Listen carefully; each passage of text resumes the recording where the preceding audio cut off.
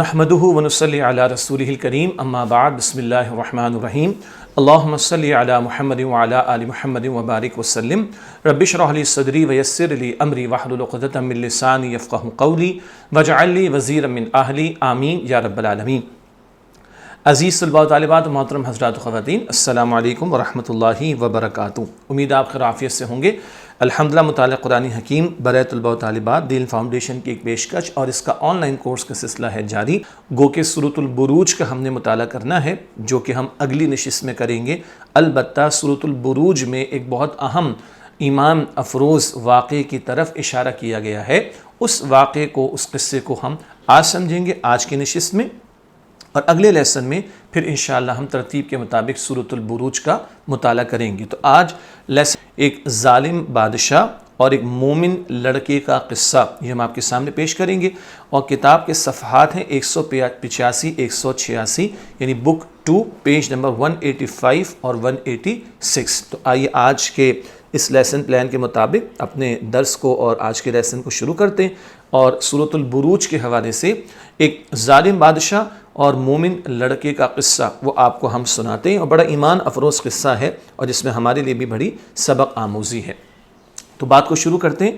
سورۃ البروج میں اللہ سبحانہ و تعالیٰ نے اصحاب الاخدود یعنی خندقوں والوں کا ذکر کیا ہے۔ خندق، غزوہ خندق بھی آپ کو یاد ہوگا، جس کو بیٹل آف ٹرنچز کہا جاتا ہے۔ جو ٹرنچز ہیں، خندق یا خندقیں کہہ لیجئے، تو سورۃ البروج میں اللہ سبحانہ و تعالیٰ نے اصحاب الاخدود یعنی خندقوں والوں کا ذکر فرمایا ہے۔ بہت عرصے پہلے کی بات ہے کہ ایک ظالم بادشاہ تھا جس نے اللہ سبحانہ و تعالیٰ پر ایمان لانے والے لوگوں کو آگ کی خندقوں میں جلایا۔ اندازہ کیجئے ماضی میں کبھی ایسا بھی ہوا کہ ایمان والوں کو اس وجہ سے کہ وہ ایمان لائے تھے جلایا تک گیا ہے، اور آگ کی خندقوں میں ڈال کر ان کو جلایا گیا ہے۔ اندازہ کیجئے۔ اس واقعے کو بیان کر کے ایمان والوں کو کافروں کے ظلم و ستم پر صبر کرنے اور توحید پر قائم رہنے کی تلقین کی گئی ہے۔ یہ ہمارے لیے سبق ہے کہ دیکھو ماضی میں ایسا بھی ہوا، اللہ سبحانہ وتعالیٰ کو ماننے والے، توحید پر قائم رہنے والے، ان پر ظلم ہوا، ستم ہوا، حتیٰ کہ ان کو جلایا تک گیا ہے، مگر انہوں نے ایمان نہیں چھوڑا۔ اس واقعے کو بیان کر کے ہمیں ظلم و ستم پر صبر کرنے اور توحید پر قائم رہنے کی تلقین کی گئی ہے۔ یہ واقعہ حدیث کی مشہور کتاب صحیح مسلم کی ایک حدیث مبارکہ میں تفصیل سے بیان کیا گیا ہے۔ اسی طرح یہ حدیث بہار الانوار میں بھی موجود ہے۔ صحیح مسلم شریف مشہور کتاب حدیث کی، اور اہل سنت میں، سنی حضرات میں ہاں اس کا اکثر ذکر آتا ہے۔ بہار الانوار اہل تشیعوں کی ایک حدیث کی کتاب ہے، وہاں بھی یہ روایت اور یہ واقعہ موجود ہے۔ نمبر 1، اس واقعے کو بھی اسٹیپ بائی اسٹیپ ہم انشاءاللہ پڑھنے کی کوشش کریں گے۔ بوڑھے جادوگر کی بادشاہ سے درخواست۔ بادشاہ تو ظالم تھا، بوڑھا جادوگر کہاں سے آ گیا؟ آئیے سمجھتے ہیں۔ پہلے زمانے میں ایک بادشاہ تھا جس کے پاس ایک جادوگر تھا۔ جب جادوگر بوڑھا ہو گیا تو اس نے بادشاہ سے درخواست کی کہ مجھے ایک لڑکا دے دیجئے جو مجھ سے جادو سیکھ لے۔ بادشاہ نے ایک لڑکا مقرر کر دیا جو اس سے جادو سیکھنے لگا۔ اس لڑکے اور جادوگر کے گھر کے راستے میں ایک عبادت گزار عیسائی راہب رہتا تھا۔ جو لڑکا تھا جو جادو سیکھنے جاتا بوڑھے جادوگر کے پاس، تو راستے میں ایک عبادت گزار عیسائی راہب رہتا تھا۔ راہب کہتے ہیں اللہ سے ڈرنے والا، عبادت کرنے والا، وہ عیسائی تھا اس موقع پر، اس زمانے میں۔ لڑکے نے جب اس کی باتیں سنی تو اس سے متاثر ہو گیا اور اس کے پاس جا کر اللہ سبحانہ وتعالیٰ کے دین کا علم سیکھنے لگا۔ لڑکا دیکھتا ہوگا اس کے کردار کو تو متاثر ہوا، اس کی باتیں سنتا تھا تو اس کو اچھی لگی، متاثر ہونے لگا، تو وہ اس راہب کے پاس جا کر یہ جو لڑکا تھا اللہ سبحانہ وتعالیٰ کے دین کا علم سیکھنے لگا۔ لڑکا اس سوچ میں تھا کہ جادوگر اور عیسائی راہب میں سے کون سچا ہے اور اسے کس کی باتیں ماننی چاہیے۔ تو اب یہ لڑکا تھوڑا سا پریشان، ایک طرف جادوگر سے جادو سیکھ رہا ہے اور درمیان میں یہ عیسائی راہب آ گیا جس کی باتیں اچھی لگ رہی ہیں۔ اب یہ تھوڑا سوچ رہا ہے اس کی بات مانوں کہ اس کی بات مانوں، اس سوچ میں وہ مبتلا ہے۔ نمبر 2، مومن لڑکے کے کمالات، یعنی خاص اس کو کوئی صلاحیت عطا ہو گئی، اس کا ذکر آئے گا۔ اتفاق سے ایک دن ایسا ہوا کہ جب وہ لڑکا راہب کے پاس سے جادوگر کے پاس جانے کے لیے نکلا تو اس نے دیکھا کہ ایک بہت بڑا جانور لوگوں کے راستے میں آ کر کھڑا ہو گیا ہے، جس سے لوگوں کی آمد و رفت رک گئی ہے۔ آمد و رفت آنا جانا اس کو آمد و رفت کہا جاتا ہے۔ تو اس کی وجہ سے لوگوں کی آمد و رفت رک گئی ہے۔ یہ منظر دیکھ کر لڑکے نے سوچا یہ موقع اچھا ہے کہ اس بات کی تصدیق کر لی جائے کہ جادوگر کا مذہب سچا ہے یا اس عیسائی راہب کا۔ اب اس نے کہا کہ چلو بھی چیک کر لیتے ہیں، آج لوگ مشکل میں مبتلا ہو گئے اور بڑا جانور راستے میں آ کر کھڑا ہو گیا، تو آج چیک کر لیں کہ جادوگر سچا ہے یا راہب۔ اس نے ایک پتھر اٹھایا اور اللہ سبحانہ وتعالی سے دعا کی کہ اگر راہب کا مذہب سچا ہے تو یہ جانور مر جائے ورنہ نہ مرے۔ لڑکے نے پتھر اٹھایا اور اس سے کہا کہ اگر تو یہ اللہ سے دعا کی، یہ اہم نقطہ، اللہ سے دعا اس نے کی کہ اگر راہب کا مذہب سچا ہے تو یہ جانور مر جائے ورنہ نہ مرے۔ یہ کہہ کر اس نے پتھر مارا تو وہ جانور فوراً مر گیا۔ اس نے دعا کر کے اللہ سے یہ پتھر مارا تو جانور مر گیا۔ لوگوں نے یہ دیکھ کر لڑکی کی عظمت کا اعتراف کر لیا۔ لوگوں نے کہا یہ بہت ہی کوئی بڑا آدمی ہے اور بڑا عظمت والا ہے، بڑے کمالات والا ہے۔ لوگوں نے تو اس کی تحسین و تعریف کرنا شروع کر دی۔ پھر وہ لڑکا راہب کے پاس آیا اور اسے اس واقعے کی خبر دی تو وہ بولا کہ بیٹا تو مقام و مرتبے میں مجھ سے بڑھ گیا ہے، یعنی تمہارا مقام مجھ سے بھی بڑھ گیا، تم نے تو اللہ سے دعا کی اور ایسا کام ہو گیا تو تمہارا مقام تو بہت بڑا ہو گیا، یقیناً تیرا رتبہ یہاں تک پہنچا جو میں دیکھتا ہوں اور تو عن قریب آزمایا جائے گا۔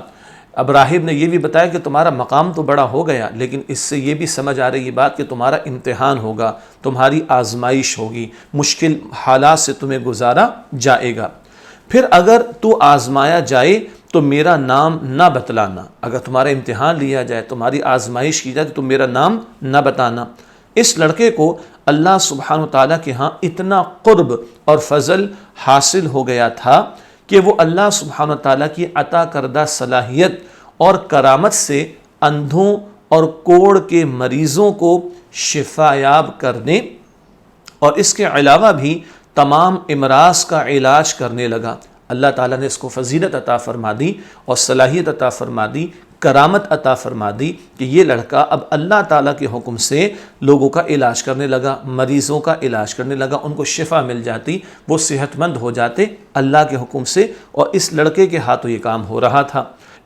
ایک دن ایک نابینا شخص بہت سے تحفے لے کر اس کے پاس آیا جو بادشاہ کے ہم نشینوں میں سے تھا، یعنی یہ نابینا آدمی بادشاہ کے ہم نشینوں میں سے تھا، بادشاہ کے پاس آیا جایا کرتا تھا، اس کے پاس بیٹھا کرتا تھا۔ یہ نابینا اس لڑکے سے اب کچھ بات کرے گا اور شفا دینے کی بات کرے گا، اس پر آگے ہم گفتگو کر رہے ہیں۔ اور کہنے لگا کہ اگر تم میری آنکھوں کی روشنی واپس لے آؤ تو میں تمہیں یہ مال دے دوں گا۔ لڑکے نے جواب دیا کہ مجھے آپ سے کوئی انعام نہیں چاہیے۔ ایک دن ایک نابینا آدمی جس کی نگاہیں نہیں، یعنی وہ دیکھ نہیں سکتا تھا، بہت سارے تحفے لے کر آیا اور یہ لڑکا بادشاہ کے ہم نشینوں میں وہاں موجود تھا۔ اس نے کہا کہ بھائی تم اگر میری آنکھوں کی روشنی واپس لے آؤ تو میں تمہیں یہ سارا مال دے دوں گا۔ لڑکے نے کہا کہ مجھے انعام آپ سے کوئی نہیں چاہیے، اس کو پیسے کا، دولت کا، انعام کا کوئی لالچ نہیں تھا۔ کہا اس نے، لڑکے نے کہا شفا تو اللہ تعالیٰ کی طرف سے ہے، ہاں اگر آپ اللہ سبحانہ وتعالیٰ پر ایمان لے آئیں تو میں اللہ سبحانہ وتعالیٰ سے دعا کروں گا تو وہ آپ کو شفا عطا فرما دے گا۔ یہ بہت اہم نقطہ ہے، یہ لڑکا اپنی کوئی بات نہیں کر رہا، اس کو فضیلت اللہ تعالیٰ نے عطا فرمائی، کرامات اللہ نے کرامت کی جمع کرامت اللہ نے عطا فرمائی اور اللہ نے اعزاز اس کو عطا فرمایا، تو یہ کہہ رہا ہے بھائی تم اللہ سبحانہ وتعالیٰ پر ایمان لے آؤ، اگر تم اللہ سبحانہ وتعالیٰ پر ایمان لے آؤ گے تو میں اللہ سبحانہ وتعالیٰ سے دعا کروں گا کہ وہ آپ کو شفا عطا فرما دے۔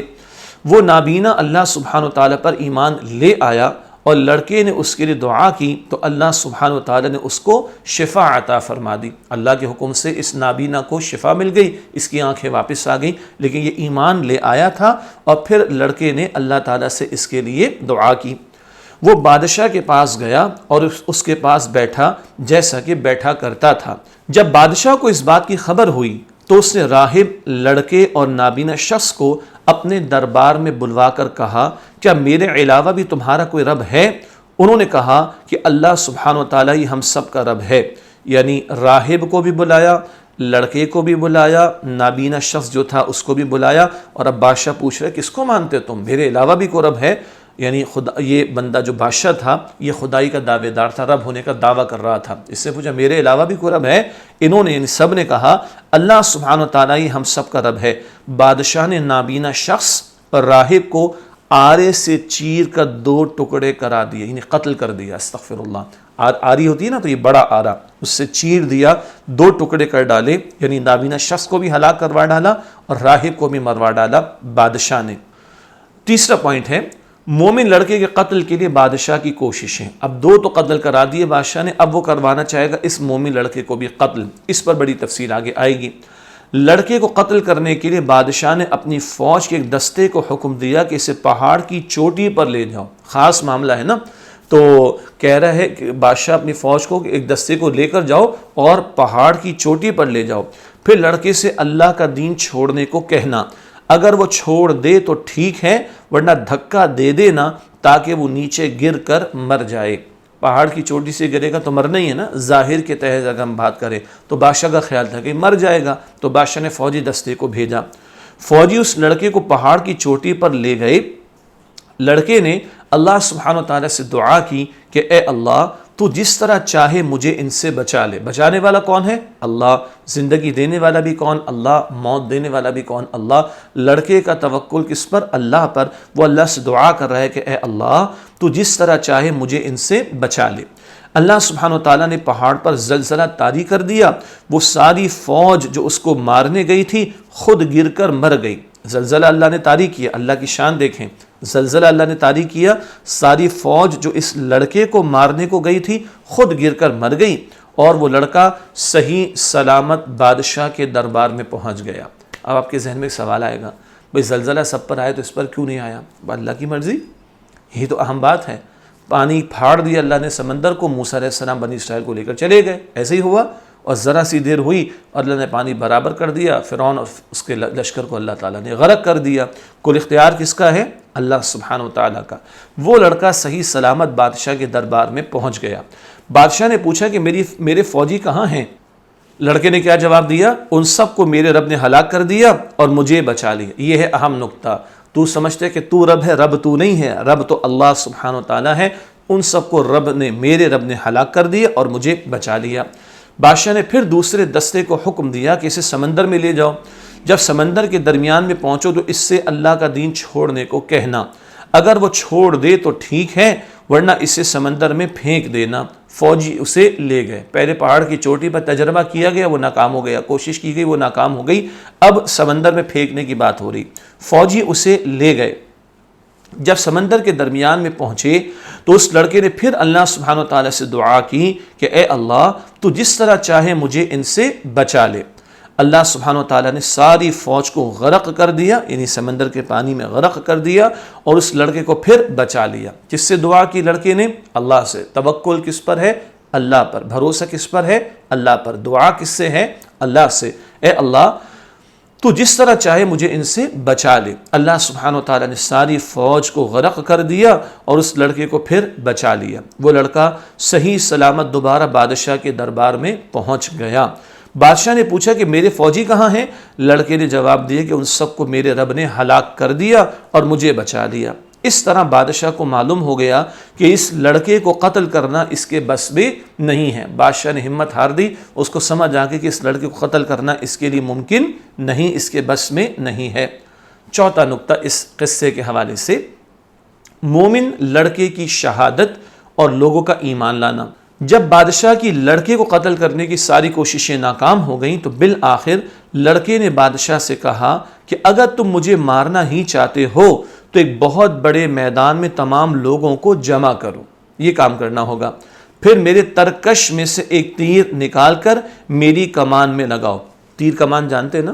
تیر کمان، تو اس کی جو تیر رکھے جاتے ہیں اس کو ترکش کہا جاتا ہے۔ اب یہ لفظ یاد کرنا پڑے گا آپ کو، ٹھیک ہے؟ جس میں تیر یوں کر کے نکالتے ہیں نا، کبھی گھوڑے پر آپ نے کسی کو سوار دیکھا ہو تو جی، تو اس نے پھر میرے ترکش میں سے تیر نکال کر میری کمان میں لگاؤ، پھر یہ کلمات بسم اللہ ربی ھذا الغلام، میں اس لڑکے کے رب کے نام کے ساتھ تیر چلاتا ہوں۔ سبحان اللہ، وہ توحید ہی کی دعوت دے رہا ہے۔ بادشاہ کو بھی توحید کی دعوت دے رہا ہے، ایک اللہ کو ماننے کی دعوت دے رہا ہے، لوگ جمع ہو جائیں تو ان پر بھی حق واضح ہو جائے۔ یہ سارا معاملہ اس لیے پیش آ رہا ہے، لڑکا خود بتا رہا ہے کہ میرے ترکش میں سے تیر نکالنا اور میری کمان میں لگاؤ، اور پھر یہ کلمات پڑھو، بسم اللہ ربی ھذا الغلام، میں اس لڑکے کے رب اللہ کے نام کے ساتھ تیر چلاتا ہوں، پڑھ کر مجھ پر تیر پھینکو تو میں مر جاؤں گا۔ اگر تم نے مجھے مارنا ہے تو میرے رب کا نام لے کر مجھ پر تیر پھینکو تو میں مر جاؤں گا، لیکن یہ کام کرو سارے لوگوں کے سامنے۔ اس میں بھی حکمت کیا تھی؟ توحید کی دعوت اس بادشاہ کو بھی دے رہا ہے یہ لڑکا، اور ساری قوم کو بھی توحید کی وہ دعوت دے رہا ہے۔ بادشاہ نے ایسا ہی کیا، اور جب تیر مارا گیا تو لڑکے نے اپنی کن پٹی پر ہاتھ رکھا اور شہید ہو گیا۔ یہ کن پٹی کان کے اوپر، ٹھیک ہے، یہاں ہاتھ رکھا اور شہید ہو گیا۔ ساری قوم یہ منظر دیکھتے ہی پکار اٹھی کہ ہم اس لڑکے کے رب پر ایمان لاتے ہیں۔ اللہ اکبر، اس لڑکے کا مقصد پورا ہو گیا۔ وہ تو چاہتا تھا کہ حق لوگوں کے سامنے واضح ہو جائے اور یہ پوری قوم اللہ سبحانہ و تعالیٰ پر ایمان لے آئے۔ ساری قوم یہ منظر دیکھتے ہی پکار اٹھی کہ اب اس لڑکے کے رب پر ایمان لاتے ہیں، کیونکہ وہ جان چکے تھے کہ حقیقی رب وہی اللہ ہے جس کا ذکر یہ لڑکا کر رہا تھا۔ یہ بادشاہ رب نہیں ہے، حقیقی رب تو اللہ ہے جس کا ذکر اس لڑکے نے کیا، جس کے حکم سے اب اس کی موت واقع ہوئی ہے، اور یہ بہرحال اللہ تعالیٰ کی راہ میں شہید ہو گیا۔ قوم نے اس بات کو تسلیم کر لیا، لوگ اللہ سبحانہ تعالیٰ پر ایمان لے آئے۔ اب ایمان والوں کے ساتھ کیا ہو رہا ہے؟ پانچواں نقطہ، آگ کی خندقیں اور ایمان والوں کا صبر۔ اب آگ کی خندقیں جلائی جا رہی ہیں ایمان والوں کو مارنے کے لیے، جلانے کے لیے، اور وہ صبر کریں گے۔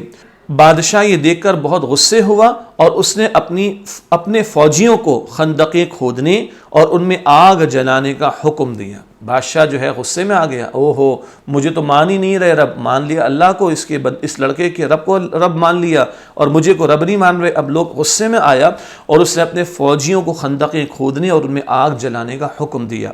تمام ایمان والوں کو اس آگ کے گرد جمع کیا گیا، اس آگ کے ارد گرد جمع کیا گیا۔ پھر ہر ایک سے اس کے دین کے بارے میں پوچھا جاتا، جو توحید کا اقرار کرتا اسے زندہ آگ میں پھینک دیا جاتا۔ اندازہ کریں ایمان والوں پر اس قدر ظلم و ستم بھی ہوا، جو توحید کا اقرار کرتا اسے زندہ آگ میں پھینک دیا جاتا۔ اس طرح سارے مومن مردوں اور عورتوں کو آگ میں زندہ جلا دیا گیا۔ بہرحال یہ بات یاد رکھیں، ایمان بہت بڑی دولت ہے، اور جب یہ جلائے گئے تو پورا یقین رکھیں کہ اللہ کے حکم سے کوئی تکلیف ان کو نہیں ہوئی ہوگی۔ حدیث میں ویسے ذکر آتا ہے ایک اور تعلق سے کہ شہید جب اللہ کی راہ میں قتل ہوتا ہے تو بس اس کو اتنی تکلیف محسوس ہوتی ہے جتنی کہ چیونٹی کے کاٹنے سے۔ دیکھنے والا دیکھ رہا تلوار چلی، اس کا ہاتھ کٹ گیا، اس کا جسم کٹ گیا، لیکن اس شہید ہونے والے کو کتنی تکلیف ہوتی ہے؟ بس ایسے کہ چیونٹی نے کاٹا ہو۔ یقین بہت بڑی دولت ہے، ایمان بہت بڑی دولت ہے۔ ہم سب کو اللہ تعالیٰ ایمان کی دولت مزید عطا فرمائے۔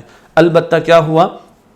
اس طرح سارے مومن مردوں اور عورتوں کو آگ میں زندہ جلا دیا گیا۔ اللہ سبحانہ و تعالیٰ نے ان مومنوں کو ایسی ہمت عطا فرمائی کہ کوئی بھی ایمان چھوڑنے پر راضی نہ ہوا، اور ان میں سے ہر ایک نے آگ میں گر جانا قبول کیا۔ اللہ اکبر، اللہ نے ایمان والوں کو ہمت دی، اور کوئی بھی ایمان چھوڑنے پر راضی نہ ہوا، ہر ایک ان میں سے آگ میں گر جانے کو اس نے قبول کر لیا، ایمان نہیں چھوڑا۔ اللہ اکبر۔ صرف ایک عورت جس کی گود میں ایک چھوٹا سا بچہ تھا، اس عورت کو آگ میں گرنے سے ذرا جھجک ہوئی، تھوڑا وہ پریشان ہوئی، رکنے لگی ذرا سی، تو اس کا بچہ بولا کہ امی جان صبر کیجئے، بے شک آپ حق پر ہیں۔ لہذا ان دونوں کو بھی آگ میں ڈال دیا گیا، اور وہ ماں بھی بچے کی وجہ سے تھوڑا سا جھجک رہی ہوگی، وہ بچے کی وجہ سے جو اس کی گود میں تھا رک رہی ہوگی، تو بچہ پکار اٹھا اللہ کے حکم سے کہ امی جان صبر کیجئے، بے شک آپ حق پر ہیں۔ لہذا ان دونوں کو بھی آگ میں ڈال دیا گیا، چھوٹا بچہ بھی آگ میں ڈال دیا گیا۔ اللہ اکبر کبیرہ۔ اس قدر ظلم و ستم ہوا اس وقت میں جب یہ ایمان والے موجود تھے۔ ظالم بادشاہ نے ایمان لانے والوں کو اس لیے انتقام کا نشانہ بنایا کہ وہ اللہ سبحانہ و تعالیٰ پر ایمان لائے تھے۔ غور کیجئے گا، توجہ کیجئے گا، آج ہم 2020 کی بات کر رہے ہیں، کبھی افغانستان میں، کبھی عراق میں، کبھی شام میں، ماضی میں کبھی بوسنیا میں، کبھی چیچنیا میں، فلسطین میں، کشمیر میں کس قدر مسلمانوں پر ظلم و ستم ہوتا ہے، اور کبھی کبھی تو لگتا ہے کہ صرف ان کے مسلمان ہونے کی سزا ان کو دی جا رہی ہے۔ یہ واقعہ ایمان والوں کو ہمت عطا کرتا ہے کہ ماضی میں بھی ظالموں نے ایسا کیا، مگر ایمان والوں نے آگ میں جانا قبول کیا، ایمان چھوڑنا قبول نہ کیا۔ تو پھر اللہ تعالیٰ کی طرف سے کیا ہوتا ہے وہ صورت میں بھی بعد میں آئے گا، قصے میں بھی آ رہا ہے، آگے توجہ سے مزید سنیے گا۔ اللہ سبحانہ و تعالیٰ کا کرنا ایسا ہوا کہ خندقوں کے کنارے پر بیٹھے ہوئے کافر بھی آگ کی لپیٹ میں آ کر جل گئے۔ آگ جلائی تھی نا ایمان والوں کو سزا دینے کے لیے، اسی سے چنگاریاں اٹھی ہوں گی، شعلے اٹھے ہوں گے۔ یہ جو کفار آگ کے ارد گرد بیٹھ کر کافر ایمان والوں کے مرنے کا نظارہ کر رہے تھے، ان کے شہید ہونے کے نظارے کر رہے تھے، اسی آگ سے ان کافروں کو اللہ تعالیٰ نے جلا ڈالا۔ یہ ان کافروں کے لیے دنیا کا عذاب ہوا۔ ایمان والے تو شہید ہوئے، ان کے تو درجے بلند ہوں گے، کافر جلا دیے گئے دنیا میں، یہ دنیا کا عذاب ہوا۔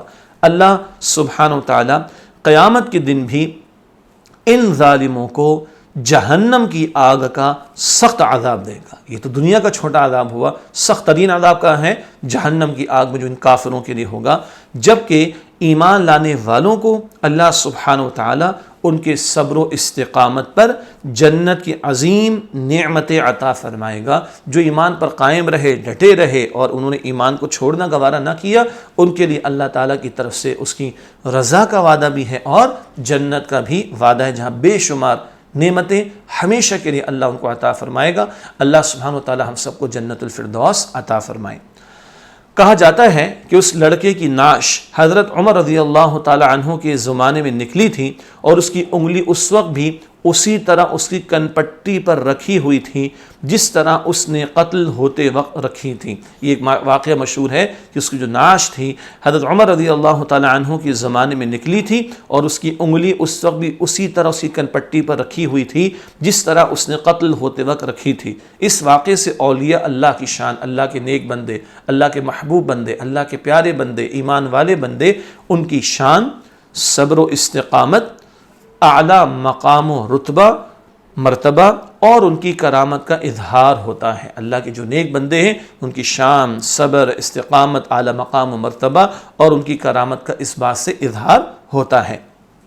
مزید یہ کہ اللہ سبحانہ و تعالیٰ ان کی دعاؤں کو قبول فرماتا ہے، اور ان کی دعاؤں کی برکت سے لا علاج امراض سے بھی شفا عطا فرماتا ہے۔ جیسے وہ لڑکا دعا کرتا تو اللہ تعالیٰ لوگوں کو شفا عطا فرماتا۔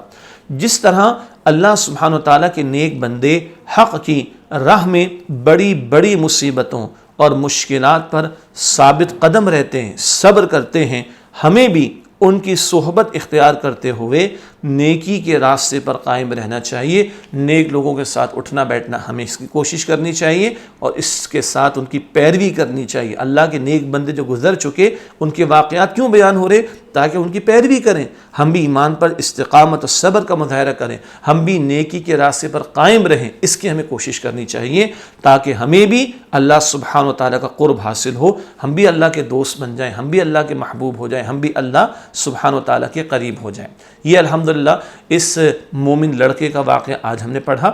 اگلی نشست میں انشاءاللہ اگلے لیسن میں ہم سورۃ البروج کا مطالعہ کریں گے، تو اس واقعے کا تذکرہ وہاں پر بھی آئے گا انشاءاللہ تعالیٰ۔